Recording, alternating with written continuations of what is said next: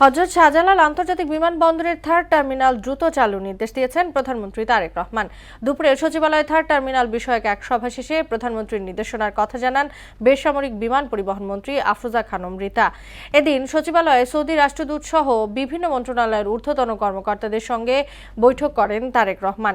পরে স্বরাষ্ট্রমন্ত্রী জানান 12ই মার্চ বসবে ত্রয়োদশ জাতীয় সংসদের উদ্বোধনী অধিবেশন। মফিউর রহমানের রিপোর্ট।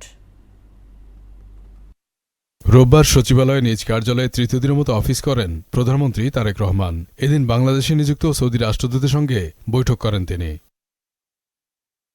পরে পররাষ্ট্র বিষয়ক উপদেষ্টা হুমায়ুন কবির বলেন, বাংলাদেশের সঙ্গে কাজ করার আশ্বাস দিয়েছে সৌদি সরকার। প্রাইম মিনিস্টার হিসাবে সৌদির বাদশাহ এবং ক্রাউন প্রিন্সের বিভাগে আসছিলেন, তো সৌদির সাথে আমাদের সম্পর্ক দ্বিপাক্ষিক সম্পর্ক কিভাবে উন্নত করা যায় এগুলো নিয়ে আলাপ আলোচনা। এরপর হযরত শাহজালাল আন্তর্জাতিক বিমানবন্দরের তৃতীয় টার্মিনাল বিষয়ক সভায় অংশ নেন প্রধানমন্ত্রী।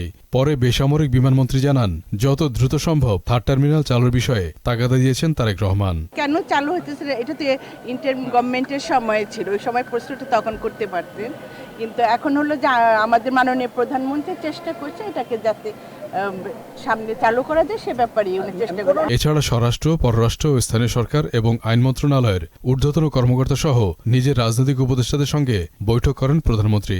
বৈঠক শেষে স্বরাষ্ট্রমন্ত্রী বলেন, রাষ্ট্রপতির আহ্বানে 12ই মার্চ সংসদের প্রথম অধিবেশন বসবে।